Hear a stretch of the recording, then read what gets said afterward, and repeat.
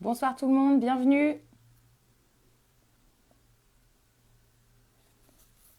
Bonsoir, bienvenue dans le live Panache et Switch Collective. On va commencer pour 19 heures. Bonsoir, je vois plein de coucous.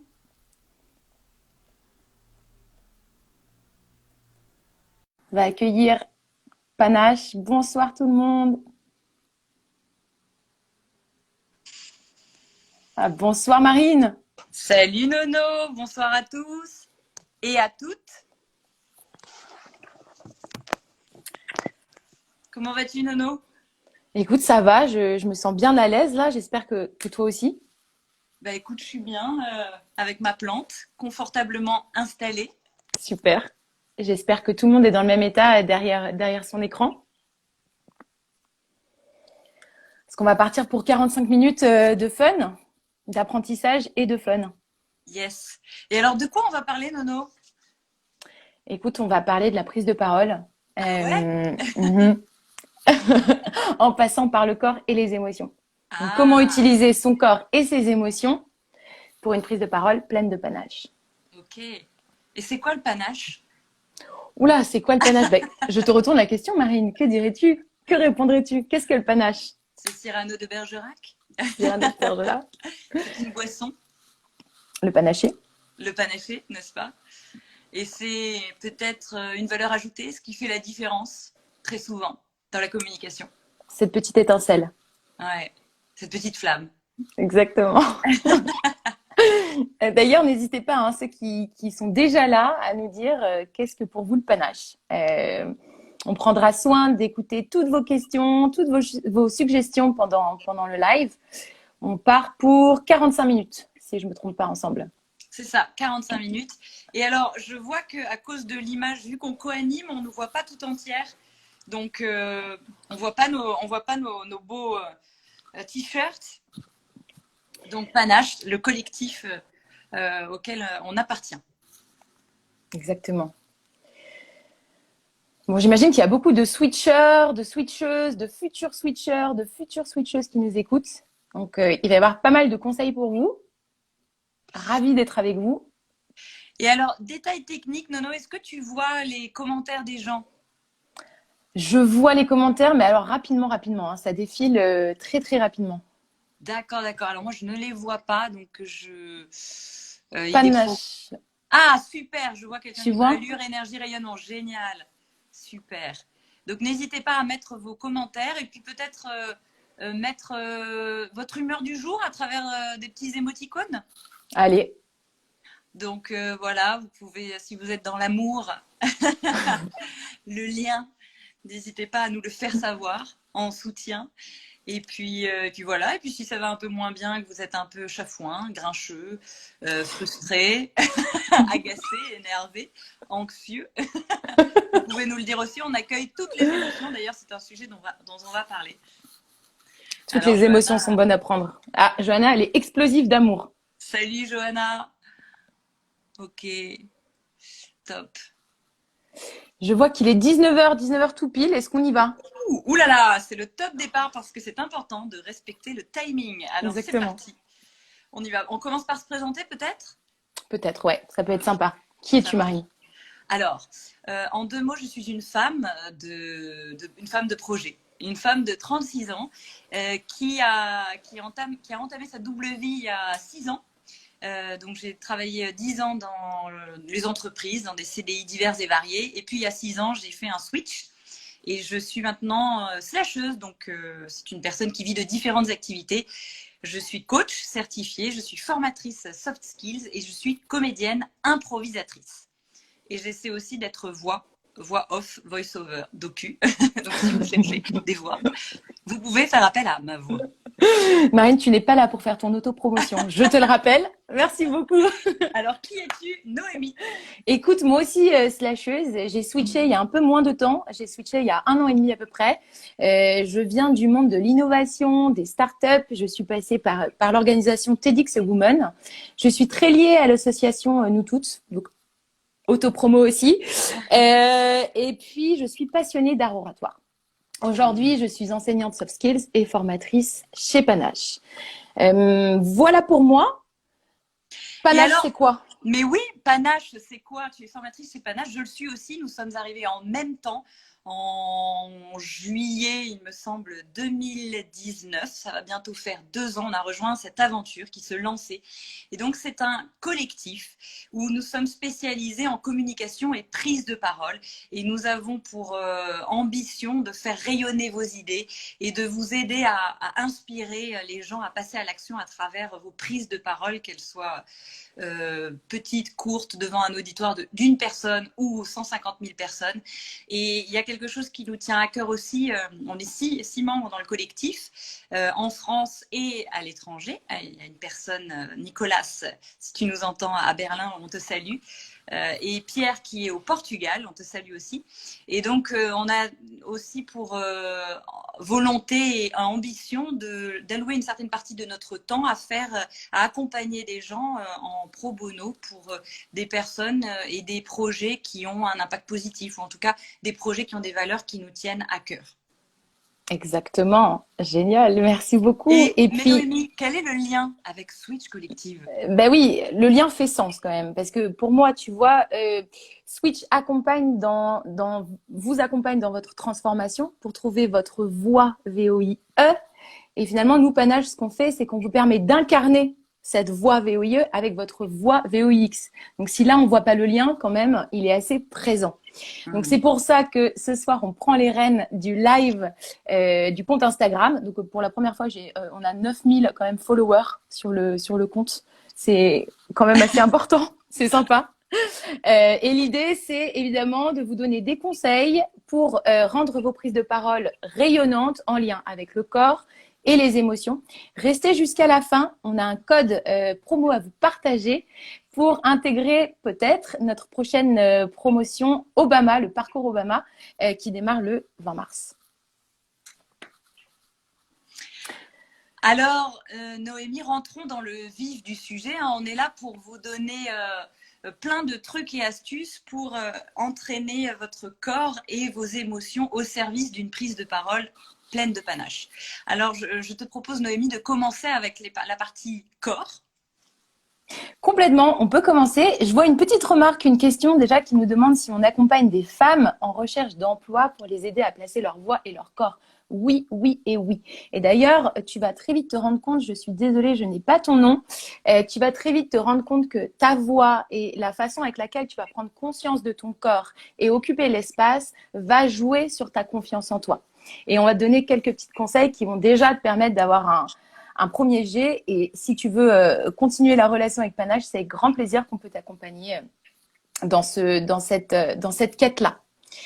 Alors, moi, je vais vous inviter déjà à vous toucher, à toucher votre corps, à revenir à votre corps. Vous voyez, si on sortait un petit peu juste du mental et ce qu'on avait un petit peu dans la tête, toujours ça bouillonne, et qu'on revient à ce corps qui est notre moteur, qui est notre outil principal et qu'on en prenait conscience, qu'est-ce que ça donnerait? Il faut comprendre que dans l'art oratoire, le corps est notre plus beau véhicule, c'est notre plus bel outil. Il faut en prendre soin. Stéphane André de l'école de l'art oratoire nous parlerait de regagner son écologie intérieure. C'est-à-dire qu'on va essayer de se tenir. Vous voyez, on a un corps, il est là. C'est notre véhicule et on va apprendre à conduire pour le maîtriser, ce véhicule. Et en maîtrisant ce véhicule, en maîtrisant notre corps, en maîtrisant notre voix également, on va pouvoir être plus impactant parce que notre corps et notre voix vont venir au service de nos mots et vont venir appuyer les mots qu'on va dire, les mots qu'on aura choisi de dire. Mais alors, Nono, comment on maîtrise son corps? Alors, ça, il va falloir en prendre conscience, évidemment. C'est-à-dire qu'il va falloir être attentif. On a aussi peut-être quelques conseils à donner en lien avec ça, des techniques toutes simples que on a appelées les rendez-vous énergétiques. Donc là, si vous avez une feuille, un papier, vous pouvez prendre des notes. Rendez-vous énergétique, RDVE, R pour le regard. Okay. Et on va insister là-dessus. On va se rendre compte que beaucoup de choses passent par le regard. D, le dos. Évidemment, Se tenir droit, c'est pas la même chose que d'être complètement courbé. Donc, on se relève, on prend la place qui est la nôtre, on regagne sa souveraineté intérieure et on prend notre place. Le V pour la voix, parce qu'évidemment, et toi tu le diras sûrement Marine, tu es d'accord avec moi, avec la voix on transmet des émotions et on peut aussi s'amuser à rythmer nos prises de parole en y ajoutant des silences, en la posant d'une certaine manière, en parlant plus ou moins fort, évidemment, on va avoir un impact différent. Donc ça, ce sont les rendez-vous énergétiques. L'énergie, on la traitera à la fin, c'est quelle énergie vous avez envie de véhiculer, qu'est-ce que vous avez envie de transmettre. Et tout ça, vous l'aurez compris, va passer par le corps, qu'on appellera le langage non verbal, et la voix, enfin tout ce qui tourne autour de la voix, qu'on appellera le langage paraverbal. Voilà. Et la façon, les mots qu'on va dire, ce qu'on va dire, tout simplement, notre discours tournera autour du verbal. C'est le verbe. Le verbe, aujourd'hui, on le laisse de côté. Nous, on s'intéresse au corps. Et après, avec toi, on s'intéressera aux émotions. Et je fais une parenthèse là-dessus. Ça ne veut pas dire que c'est moins important que le non-verbal et le paraverbal. La structuration, la clarification de votre message, le discours que vous allez prononcer est très très important et c'est pour ça qu'il faut le préparer et qu'il y a des centaines d'outils sur lesquels on peut vous former aussi pour vous accompagner là-dessus. Maintenant, une fois que vous avez très très bien préparé ce que vous avez envie de dire, quel est le message que vous voulez porter, là on se focus sur comment le sublimer grâce au corps et à la voix. Exactement. En tout cas, apprenez à maîtriser votre véhicule. Un orateur est au service d'une cause qui est plus grande que lui ou une oratrice au service d'une cause qui est plus grande qu'elle. Et vous avez tous une cause vous qui nous regardez derrière votre caméra, parce que si vous êtes là déjà, c'est que votre cause principale, c'est j'ai envie de gagner un épanouissement professionnel et ou personnel. Le switch, souvent, c'est ça. C'est réussir à s'aligner dans sa vie professionnelle et personnelle. Bref, peut-être qu'on peut donner des petites techniques, des petits exercices pour travailler sa conscience du corps et le retour à ce véhicule pour apprendre à le maîtriser. Donc d'abord, le regard dans le rendez-vous énergétique. Si on se rappelle bien, le R, c'est le regard. Ce qu'on conseille souvent, c'est d'avoir un vrai échange avec les personnes qui vous écoutent. C'est-à-dire de réussir à maintenir au moins 3 secondes quand vous regardez quelqu'un. Vous tenez 3 secondes. Ça permet d'avoir un flux entrant et sortant et de créer une vraie relation. C'est super important. D'ailleurs, je ne sais pas Marine si toi tu l'as déjà remarqué, mais est-ce que tu sens la différence quand on t'écoute et quand on t'écoute vraiment? Tu vois? Ouais, souvent ça passe par le regard. Tu sens qu'il y a un truc qui se passe où la personne elle est vraiment attentive à toi. Donc beaucoup de choses déjà passent par le regard. Si vous voulez vous entraîner à travailler votre regard, moi c'est ce que je faisais quand j'ai commencé des concours d'art oratoire. En fait, je plaçais des figurines dans mon appartement. J'en plaçais 3 et je m'amusais à les fixer et à les regarder une à une pour aller placer mon regard et échanger avec sa figurine. Donc ça fait très bizarre. Je me sentais très bête parce que forcément, j'avais pas de répondant, c'était des figurines. Pour autant, ça m'a vraiment aidé à prendre le temps de poser mon regard sur quelque chose et mon attention. Et ça m'a beaucoup aidé pour la suite. Tout passe par le regard. C'est la première chose. Et le regard fait partie du corps. Ok. Et je dirais même en complément de cet exercice qui pour moi pourrait être un niveau 1 pour poser son attention. Le niveau 2 pourrait être de regarder les gens dans les yeux vraiment. Pas mal. Et pour cela, pour moi, il y a 2 choses. Parce que quand on n'a pas l'habitude, ça peut être un peu malaisant. Donc, vous avez la petite astuce de regarder entre les yeux ou juste à côté. Et puis, progressivement, vous pouvez aller regarder vraiment dans les yeux. Et l'autre chose qui se passe quand on fait des exercices en entreprise ou en théâtre où on demande aux gens de se regarder dans les yeux, ça peut être un peu malaisant parce que en fait, en regardant l'autre, on se regarde soi-même. Et souvent, ça fait sortir la petite voix qui nous juge. Oh là là, il va voir que j'ai un bout de salade dans les dents ou que je me suis pas bien maquillée ce matin ou je ne sais quoi. Maintenant, ce qui est intéressant, c'est de switcher l'état d'esprit pour se concentrer vraiment sur l'autre. Posez-vous des questions, soyez en curiosité de l'autre. Mais dans quel état il se sent aujourd'hui? Quelle est sa vie? D'où vient-il? Comment il s'est levé ce matin? À quoi il pense? Et ça peut vraiment aider à se connecter avec le regard et toute l'intention. Complètement. Soyez curieux et curieuse. Exactement. Et en art oratoire, on crée une vraie, alors pas forcément en art oratoire d'ailleurs, dans un discours, dans un échange, on crée un vrai lien, une connexion empathique, on va parler d'empathie avec son auditoire. Petit rappel pour les personnes qui nous écoutent, si vous avez des questions, si vous avez des remarques ou quoi que ce soit, n'hésitez pas, on regarde. Elles passent de manière très furtive, mais on y prête attention. Ouais, on les regardera. On les regardera. Alors, la deuxième chose, quel est le deuxième point dans le rendez-vous énergétique? C'est le dos. Alors, le dos. Évidemment, dans n'importe quelle situation, que ce soit en entretien d'embauche, que ce soit quand vous parlez avec quelqu'un, que ce soit quand vous allez faire un discours, quand vous allez faire une présentation PowerPoint ou autre type de présentation, relevez-vous, allez-y quoi. Vraiment, mais ayez cette énergie qui vient du dos, du dorsal, qui vient pas du facial. C'est-à-dire que, vous voyez, vous allez voir beaucoup de personnes qui vont envoyer de l'énergie par devant comme ça et elles sont dans l'agressivité. Il y a beaucoup de politiques qui sont comme ça. Mais non, vous allez gagner en sérénité et en sagesse que de relever votre dos. Et voilà quoi. Et on se pose et on regagne son écologie intérieure. Nous sommes des bipèdes, nous sommes des humains. Nous tenons sur deux jambes, donc tenons-nous droit. C'est se respecter que de se tenir droit, tout simplement. Alors, ce que vous pouvez faire, si vous voulez vous amuser, c'est pendant une semaine, vous lancez un défi, je me tiens droit. Voyez, et demandez à quelqu'un, je sais pas moi, votre mec chez vous ou votre copine ou n'importe qui vous dira ah tu te tiens pas droit et regardez l'impact que ça a sur les autres que d'entrer dans une pièce et de se tenir droit, de respecter son corps. Déjà ça change pas mal de choses. Et d'ailleurs il y a une personne qui est pas mal sur le sujet, hein, qui sait très bien en parler. Je sais pas si tu la connais, elle s'appelle Amy Cuddy. Non, je connais pas. Alors Amy Cuddy. C'est la nana qui prône la power pose. Exactement. Alors ça, c'est magique. À quel point notre corps peut influencer nos pensées et vice-versa. Donc, Amy Cuddy, elle a fait un TEDx qu'on vous recommande vraiment.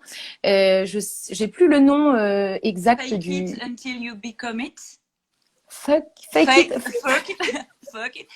it until you become it. Fais semblant jusqu'à ce que ça vienne vraiment. Même si c'est le bordel à l'intérieur, ouvre ta poitrine, le dos droit, le regard et la confiance va venir.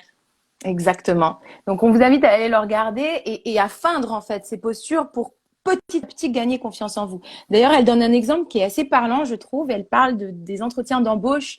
En fait, quand on va aller passer un entretien, on va avoir tendance à croiser nos jambes et avoir nos têtes qui sont baissées, à regarder nos portables. Donc, on est plutôt dans une posture fermée à ce moment-là, tu vois. On n'est pas vraiment en power poses, on est en lower poses, tu vois, on n'est pas puissant. Donc, qu'est-ce que ça donne si déjà vous vous relevez et juste avant de rentrer dans la salle d'entretien, vous allez dans les toilettes et vous faites votre super posture de pouvoir.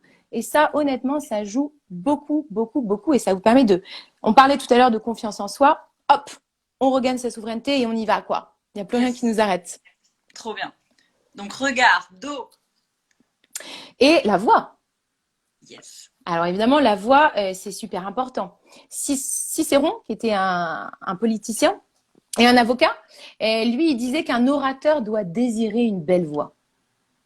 La voix, ça se travaille. Tout le monde qui rentre, qui a un message à faire passer, va travailler sa voix. D'ailleurs, un petit truc, hein, je ne sais pas si vous le savez. Alors, il y a Maud qui demande quelle est la référence du TEDx. Alors, oui, je crois que Sana, elle l'a mis dans c'est Fake it until you make it de Amy Cuddy. C'est ça, c'est how your body shape who you are, je crois. Ouais. C'est ça, ouais. Pouvez-vous me rappeler le nom de la personne citée? Amy Cuddy. Amy Cuddy. Alors, Cicéron. Nous en étions à Cicéron. Cicéron nous disait qu'un orateur doit désirer une belle voix. Donc, ça veut dire que comment on fait pour travailler sa voix, pour la poser? Il y a beaucoup de personnes qui ont appris à la poser, cette voix, et à la travailler. D'ailleurs, je ne sais pas si vous le savez, mais on s'entend toujours plus fort que ce qu'on ne parle vraiment. Ça, c'est déjà pas mal. Donc déjà, s'entraîner à mettre une musique à fond. Donc, c'est les voisins qui seront contents. Vous mettez une musique à fond et vous vous entraînez à parler plus fort que la musique pour aller travailler un ton. Alors, évidemment, ça dépend des personnes, hein, mais ça peut être une technique, vous savez, pour les personnes qui pensent qu'elles ont une voix trop réservée, qu'elles prennent pas la place qu'elles doivent prendre au niveau de la voix, parce que la voix vous permet de prendre votre place. Vous allez aller travailler et essayer de parler plus fort que la musique. Vous allez voir que naturellement, vous allez avoir un ton au-dessus de votre voix, donc une voix un peu plus forte. Moi, je vous mets au défi d'observer l'impact que vous allez avoir sur les personnes que vous allez côtoyer.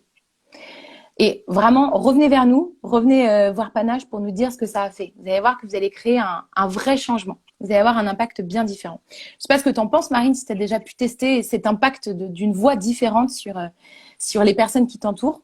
Bah oui, je m'amuse en permanence à moduler ma voix pour obtenir ce que je veux. Et oui, ceux qui me connaissent, attention. Et puis, eh bien, le dernier point, c'est l'énergie. Quelle est l'énergie que vous voulez véhiculer? Qu'est-ce que vous voulez transmettre? Essayez peut-être de vous amuser à prendre 2, 3 orateurs ou oratrices qui vous inspirent et amusez-vous à regarder l'énergie qu'il ou elle dégage. Vous voyez, souvent, par exemple, la posture de Barack Obama, c'est quand même une énergie extrêmement sereine.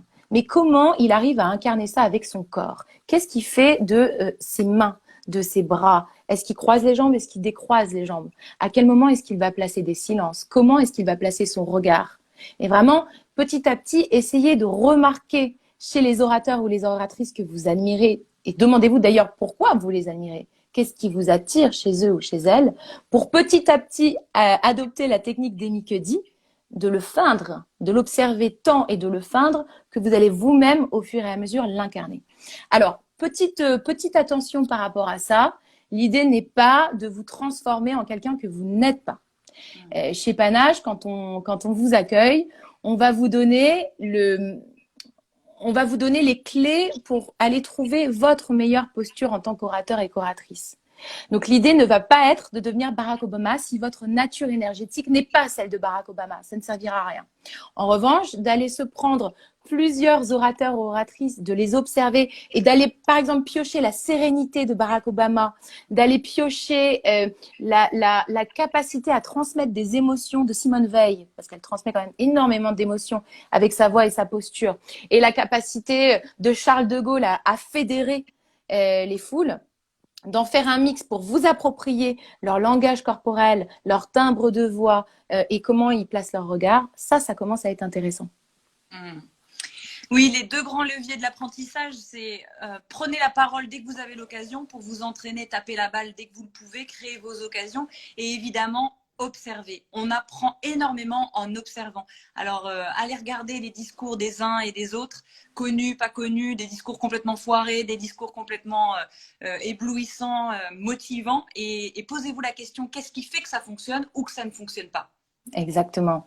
Et au fur et à mesure, vous allez vous rendre compte que vous allez avoir une conscience de votre véhicule, que vous allez pouvoir remarquer chez les autres quelle posture ils adoptent, et 2, vous allez pouvoir vous-même articuler votre corps pour qu'il vous serve à.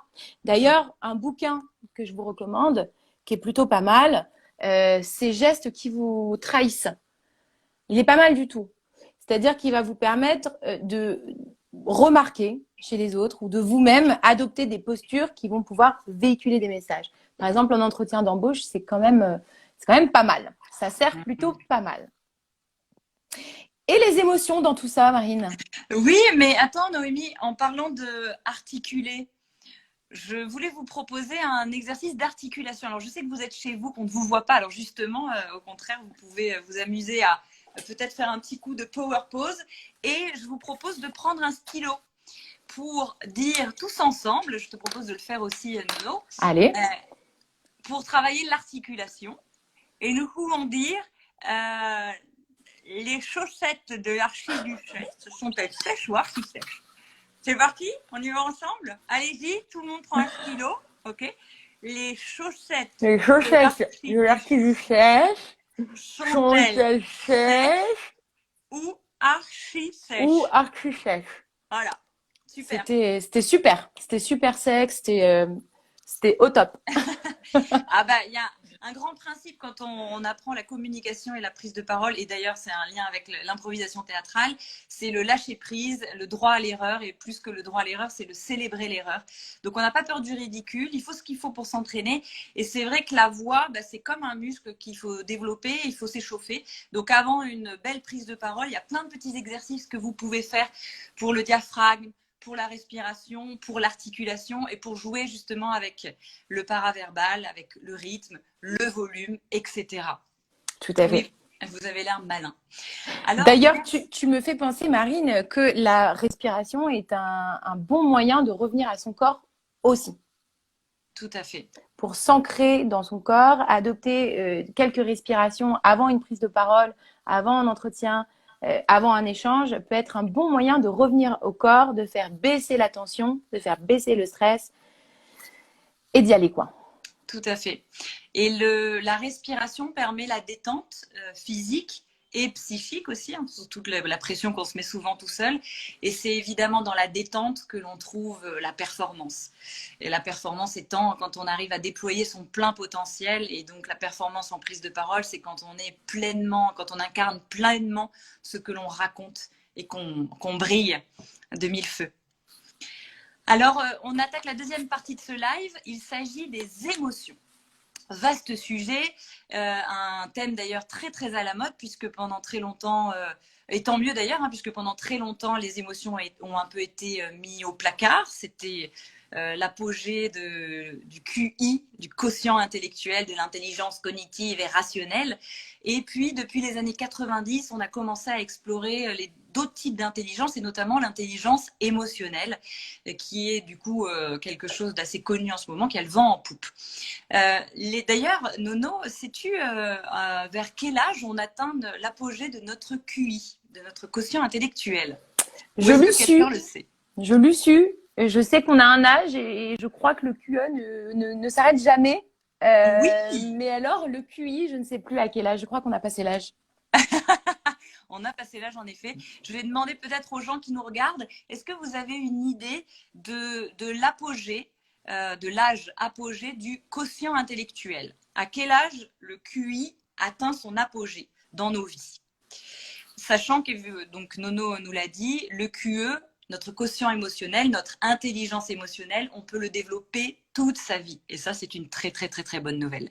Alors, quelqu'un nous dit 21 ans, 22 ans, qui dit mieux? On n'est pas très loin, 35 ans, oh, oh, l'optimisme. Et non, et non, et non, et c'est plutôt à l'âge de 17 ans. Ah oui. Julien, tu étais très très proche. Donc à partir de 17 ans, bah, écoutez, ça stagne ou ça régresse. Donc on a vraiment tout intérêt à 3 ans à miser sur notre intelligence émotionnelle et à comprendre et à travailler les émotions pour les comprendre et en faire des véritables alliés. Et en quoi c'est important dans la prise de parole, les émotions? À votre avis, Nono, quelle est l'importance? En quoi c'est important les émotions? Je sais pas, parce que si je fais un discours en pleurant, je sais pas trop. Mais ça peut quand même être impactant parce que tu es quand même dans une Complètement. émotion. Totalement. Donc tu restes quand même vivante. En fait, quelle est la différence, Nono, entre convaincre et persuader? Oula, Julien, où es-tu? Julien Demande à de David. Panache, qui est le grand adepte de la différence entre convaincre et persuader. Voilà. Alors, la grande différence, c'est que convaincre, on embarque les autres dans notre histoire avec le persuader. Tout à fait. Et on embarque à tel point qu'on va pousser les autres à agir. C'est-à-dire que quand on est dans la conviction, on change l'opinion des autres. On est dans le rationnel, c'est-à-dire que si on prend l'exemple de arrêter de fumer, on va supposer, Nono, que tu fumes. Si tu es fumeuse et que je t'explique et que je te prouve par A plus B que c'est mal de fumer pour tout un tas de raisons, de santé, financière, etc., je peux te l'argumenter extrêmement bien et tu vas le comprendre. Ok? Et tu es convaincu. Maintenant, juste après notre conversation, tu peux très bien t'allumer une clope. Tu ne vas pas changer ton habitude, tu ne vas pas passer à l'action. Alors que si je te persuade, tu vas passer à l'action et tu vas changer de comportement par rapport au thème que je défends. Et pour cela, il faut donc des émotions. Ah, est-ce que ça veut dire que convaincre va toucher notre tête et que persuader va toucher notre cœur? C'est ça, le cœur, là où il y a écrit panache. Donc, ce petit moment de live, on va vous partager avec Nono un peu le Kesako, mais c'est quoi les émotions et comment on peut les utiliser. Et on va vous partager 2 axes. C'est comment vous pouvez les utiliser avec vous-même pour être plus serein au moment où vous allez prendre la parole. Et le deuxième axe, c'est comment vous pouvez les utiliser pour les transmettre et faire bouger et mettre en mouvement votre auditoire.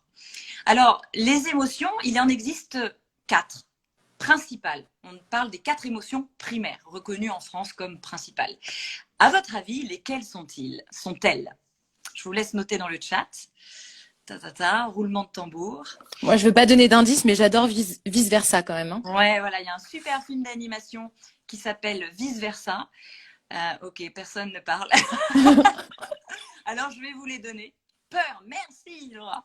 Donc, il y a en effet la peur, il y a la tristesse, il y a la colette, La colère, colette. tout à fait, et il y a la joie. Donc, ce sont les 4 émotions primaires. Et derrière chaque émotion se cache un besoin fondamental, universel.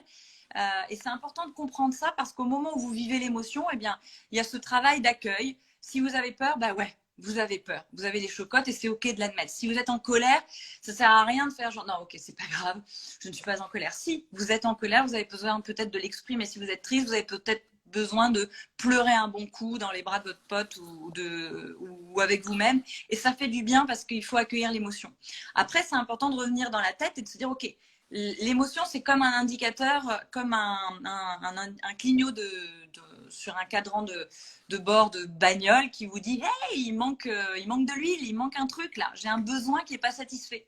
Donc, à votre avis, quand on est en joie, on a besoin de quoi? Besoin d'être aimé, ça fait partie de d'autres besoins, mais quand on est en joie, on a besoin. Alors, Nono, je vais te demander de m'aider à répondre à cette question. On a besoin de danser. Moi, j'ai besoin de danser. Ok. Alors, on non, peut de avoir partager. besoin. On a voilà le besoin universel, c'est qui est fondamental derrière, c'est qu'on a un besoin de partage. Après, peut-être que toi, Nono, tu vas danser. Peut-être que moi, je vais juste faire un dîner avec ma meilleure pote et voilà, et j'aurai partagé ma joie du moment.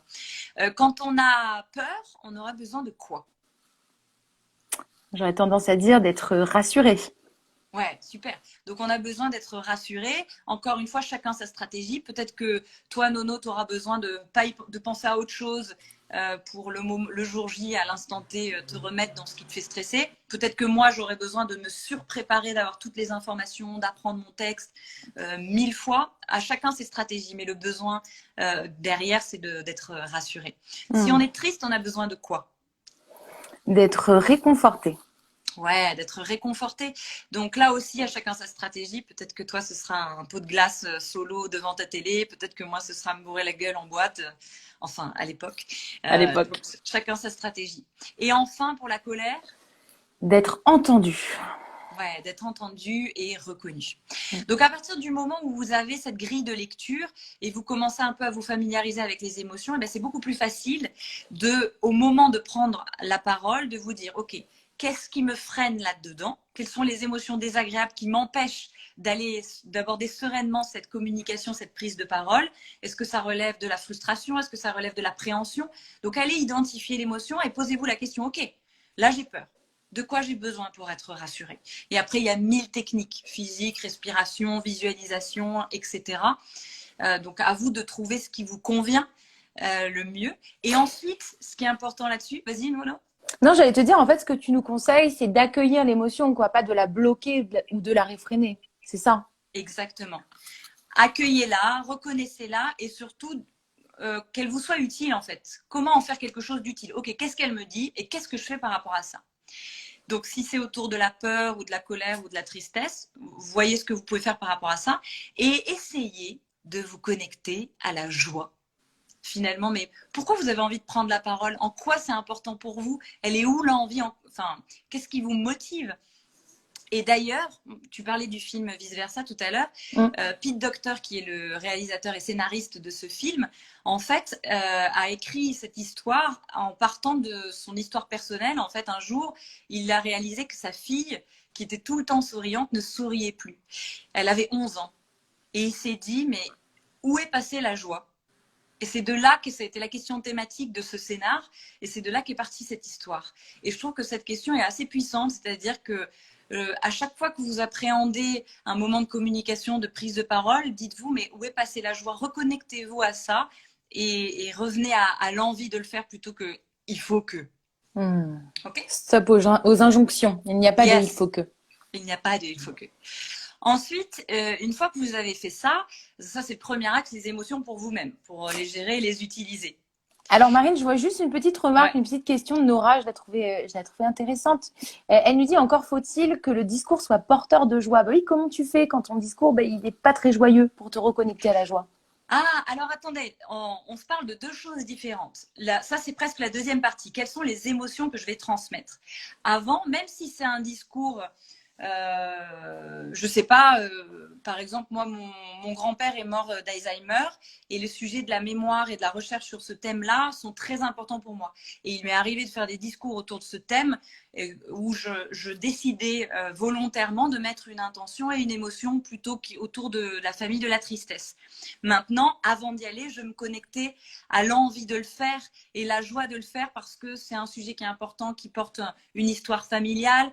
J'ai envie qu'il y ait plus d'argent et de fonds et de communication et de démocratisation autour de cette maladie. Et donc, c'est de cette joie-là dont je parle. Finalement, c'est le moteur, la flamme qui s'allume en nous. Pourquoi on fait ça? Le sens, la motivation. Ensuite, tu peux utiliser toutes les palettes des émotions pour transmettre. D'accord. Et ça, il faut le faire avec intention. Et alors, donc je suis sur le deuxième axe de l'émotion. Une fois que vous êtes connecté à l'envie d'eux, vous avez géré vos peurs, votre stress, quelle émotion je décide de transmettre et surtout comment je le fais. Alors Nono, mais comment je fais ça? Ah, je crois déjà que j'utilise mon corps, n'est-ce pas? Ouais, super. Est-ce qu'il y a Alors, d'autres conseils? Alors, effectivement, le corps et la voix sont déjà deux leviers extrêmement puissants pour transmettre des émotions. La voix, hein, on l'a vu avec Noémie, donc une voix évidemment claire et articulée, mais ensuite vous pouvez jouer avec votre intonation, les graves, les aigus. Vous pouvez jouer avec le rythme en posant des silences. Et vous pouvez jouer aussi avec le volume en partant dans plutôt des chuchotements par moment. Donc ça crée énormément d'émotions parce que ça crée une mélodie qui emporte l'auditoire. Vous avez le corps, évidemment. Est-ce que vous êtes plutôt fermé? Est-ce que vous allez regarder comme ça? Toutes les micro-expressions du visage en disent long. Et c'est là qu'il y a un vrai travail à faire parce que la plupart du temps, on subit son corps. Et on subit sa voix. On n'en a pas conscience parce que ce n'est pas des choses qu'on nous apprend forcément à l'école ni en entreprise, donc à part pour les métiers de l'artistique. Donc, c'est important de prendre conscience de ce qu'on projette et de décider de projeter ça. Donc, on en revient à la power pose et de se dire, OK, là, je décide d'être en confiance, dans une posture ouverte et enthousiaste. Ouais, Et alors, totalement. Et d'apprendre du coup à prendre conscience de ce corps et de s'observer, quoi. Et de les pratiquer, ces gestes, ouais. pratiquer. Mais du coup, pour articuler tout ça, pas facile. Nora nous dit comment réussir à synchroniser tout ça. Eh bien, en fait, il y a vraiment déjà, il y a un travail de congruence à faire, c'est-à-dire d'être très aligné entre ce que l'on dit et ce qu'on raconte avec notre corps. Donc, un premier conseil, c'est de croire en ce qu'on raconte, sinon ça se voit. Hein. Donc, pour être aligné. Et puis, ce travail sur le corps, je pense que ça se travaille à travers, vous pouvez vous filmer quand vous prenez la parole pour voir ce que ça rend, de demander des feedbacks aux autres pour prendre conscience de ce que vous renvoyez. Parfois, on peut être très surpris. Et ce que je vous invite à faire, ce qu'on travaille beaucoup en théâtre, c'est les 3 facettes. C'est-à-dire que vous avez une facette qui est vous-même. Moi, Marine, qui je suis dans mon quotidien, les soucis du moment, la santé du moment, toi, Nono, comment tu vas en ce moment, tes projets du moment, etc. Quand tu vas prendre la parole n'importe où, que ce soit à un dîner de famille avec tonton grande gueule ou justement en formation pour animer et embarquer un groupe ou dans une prise de parole d'un TED Talk, peu importe, tu vas passer dans ta deuxième facette, qui est ta facette de comédienne. Et c'est ce qu'on appelle en impro la posture happy, healthy, sexy, autrement renommée en entreprise de posture ouverte et enthousiaste. Donc je rejoins tout ce que disait Noémie sur le corps. C'est vraiment j'ouvre le plexus, je suis disponible, je lève la tête, je regarde les gens, je souris et je parle avec mes mains. Je suis dans une posture ouverte et enthousiaste. Même si voilà, vous n'avez pas bien dormi, il y a le problème des enfants à la maison, les soucis, les machins, les trucs, vous allez prendre la parole. C'est ce sas qui vous protège et qui permet d'avoir une implication. Complètement. Ensuite, D'ailleurs, souvent on a tendance à commencer un discours avec les mains devant et en fait de se dire qu'un discours c'est un partage et de l'avoir en tête et qu'on s'apprête à partager. Tu vois, je trouve que c'est un truc à avoir en tête qui est assez sympa de se dire je m'ouvre parce que je suis là pour partager, pour accueillir tout autant que je donne. Et ça, c'est assez intéressant. Ouais, super. Vous pouvez utiliser les images, la visualisation, c'est-à-dire que vous vous connectez, c'est comme s'il y avait plein de fils qui partaient et qui vont connecter à tout votre auditoire et vous restez connectés. Et c'est eux qui vous tiennent presque, comme un pantin, comme une marionnette. Complètement. Et le dernier point. La troisième facette, mais qu'est-ce que ça pourrait bien être? Oh, dodo. Eh bien, ce sont les personnages. Toutes les masques, tous les personnages que vous allez jouer dans la journée. Alors, quand on est dans une pièce de théâtre, ce sera vraiment le personnage que j'incarne, mais sinon, ça va être le matin, vous vous levez, vous vous mettez posture comédienne et hop, facette mère au foyer, je fais le petit-déj de mon enfant. Ensuite, vous partez au boulot, je prends ma facette manager. Allez, je me mets dans mon personnage de manager. Le soir, avec mon chéri, je me mets en facette de femme. Ce sont toutes nos identités qui sont des personnages de vie. Donc ça peut vraiment vous aider pour entraîner votre corps. Et je réponds à ta remarque, Nora, si je pense à ma voix, j'oublie mon corps. En fait, il faut bien comprendre que tout ça, c'est de l'apprentissage et de la répétition. Et c'est bien normal que ce soit le bordel au début. Et c'est l'analogie avec l'apprentissage de la conduite. C'est-à-dire qu'au début, on est focalisé sur le rétro, le clignot, passer la première, la seconde. C'est pas du tout naturel, c'est pas du tout spontané. Et vous êtes dans cette phase de l'apprentissage où vous comprenez tout ce que vous ne savez pas encore bien faire. Il faut énormément vous concentrer. C'est une bande passante énorme. Et bien, rien ne remplace la répétition. Plus vous allez pratiquer, plus ce seront des réflexes. Et après, vous pourrez même passer des coups de fil en conduisant. Complètement, c'est ça. Au départ, tout est mécanique, hein. C'est normal, d'autant que votre corps a appris, si on fait le lien avec le corps, est modelé d'une certaine manière. Donc, dès qu'on apprend à le modeler d'une autre manière, on n'a pas l'habitude, par exemple, de placer ses bras le long du corps. Au début, on va avoir l'impression de ressembler à un pantin et ça va être très mécanique et on se sentira un peu bête parce que c'est pas naturel. Forcément, quand on va feindre la mécanique, il n'y a pas d'art sans technique. Quand on va apprendre une technique, forcément, ça va pas être naturel et c'est normal. Comme diraient les coachs, c'est OK. Et à force de le pratiquer, et la prise de parole, ce n'est que ça, ce n'est que ça. C'est mettre le doigt sur quelque chose, hop, on va le modifier, on pratique, on pratique, on pratique, on pratique. Je pense que tu es d'accord avec moi. Donc du coup, au bout d'un moment, ça va devenir tellement naturel et mécanique que fondamentalement, maintenant que vous avez appris à conduire, oui c'est ça, l'analogie est sympa. C'est-à-dire qu'on ne réfléchit plus à quel moment on passe la deuxième, la troisième, ou est-ce qu'on appuie sur la pédale de frein, parce que c'est automatique. Ça devient naturel. Il n'y a pas d'art sans technique. Il n'y a pas d'art sans technique. C'est de toi, Nora ? Ce n'est pas de moi, c'est de Stéphane André de l'école de l'art oratoire. Grand monsieur. Les grandes références. Alors, donc là, pour transmettre des émotions, on s'est parlé du corps et de la voix. Évidemment, ça, c'est un gros axe où vous pouvez gagner en puissance. Maintenant, Florence, si on est stressé et la voix ne sort pas bien, que faire? Respirer. Là aussi, c'est un entraînement. Effectivement, c'est beaucoup lié à la détente. Et la respiration, revenir à une respiration ventrale. Et puis le diaphragme, c'est aussi un muscle que vous pouvez développer. Hein. Vous pouvez, par exemple, mettez votre main sur votre ventre et dites café. Café. Café. Café. Café. Ou dites café. Chat. Chou. Chat. Chou. Chat. Chou. Et vous devez sentir une pression dans le ventre qui fait comme ça et qui relâche. Et ça muscle. C'est un peu avant qu'on fasse des voix justement en studio ou même avant de monter sur scène, on fait ce genre d'exercice pour allumer le moteur. Donc ça peut vous aider. Vous pouvez faire des babi-bobu, l'articulation, projeter, envoyer avec du volume, etc. Mais c'est vrai que le conseil de base, tu l'as dit toi-même, Florence, c'est déjà la respiration pour réaccéder à une détente physique et psychique. Ouais. Et ça, c'est intéressant parce que de toute façon, le stress, on ne le perdra jamais. On ne perd pas le stress. Tous les artistes et toutes les personnes qui… En fait, si vous perdez le stress, ça veut dire que vous n'avez plus aucun intérêt à faire ce que vous allez faire.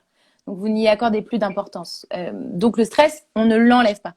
Par contre, on peut faire du stress notre ami et on peut trouver son propre protocole de préparation. Oui.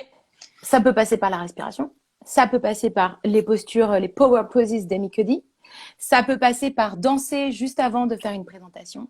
Ça peut passer par rire. Ça peut passer par appeler un pote. Ça peut passer par plein de choses. Je sais pas si tu me rejoins, Marine. Je sais que par exemple, il existe la posture du polichinelle avant de passer sur scène. On va se jeter, on va faire comme ça, quoi. Tu vois, donc chacun a son petit protocole et en pratiquant, en fait, vous allez vous l'approprier votre protocole et vous allez voir ce qui vous fait du bien. au moment où vous allez avoir une prestation à faire en fait. Et je vous invite aussi vraiment à changer de regard sur le stress parce qu'on a tendance à le sacraliser. En fait, c'est quelque chose d'assez positif tant qu'il est bien dosé. C'est quelque chose qui nous mobilise, qui nous implique. Donc, c'est chouette. C'est chouette. Le stress est votre pote. Le chouette est notre stress. Le chouette est notre stress. Deuxième petit outil qu'on vous transmet avant de vous donner le fameux code pour accéder à notre super parcours Joue-la comme Obama qui démarre en mars. Là, on a vu donc le corps et le paraverbal. Maintenant, évidemment, dans la structure du discours, dans le contenu, vous avez plein d'outils et d'éléments que vous pouvez utiliser pour générer de l'émotion. Et ça passe par quelque chose d'aussi simple que exprimer, verbaliser vos émotions. Je commence un discours, je suis dans quel état? Je suis extrêmement heureux de vous retrouver ce soir. Je ne sais pas, si vous êtes manager d'équipe, vous retrouvez votre équipe, vous avez une mauvaise nouvelle parce que les délais ont été resserrés. Moi aussi, je me suis sentie abattue quand j'ai su qu'on avait plus que 2 jours pour rendre le projet. Maintenant, j'ai totalement confiance et je suis convaincue que tous ensemble, on va pouvoir monter sur le pont, etc. Blablabla. Mais en tout cas, notre capacité à verbaliser ce que ça nous fait va être un levier puissant pour transmettre de l'émotion.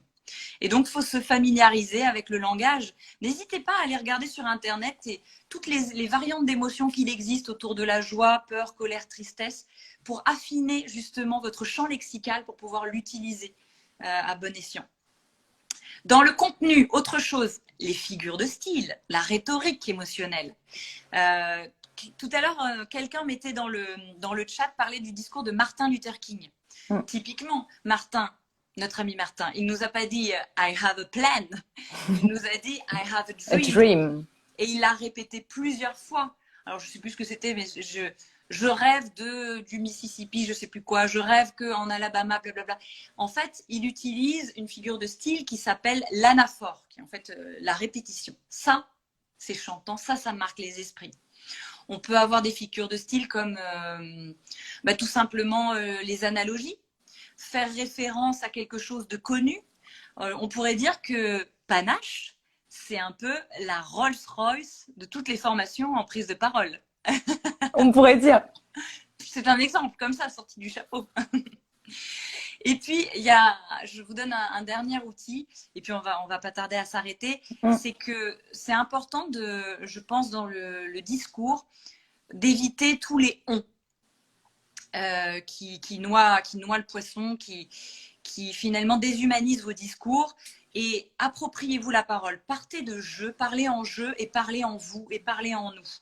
Et plus vous allez utiliser ça, et d'ailleurs c'est un exercice que je fais souvent faire en impro ou en entreprise, c'est l'exercice du vous à moi.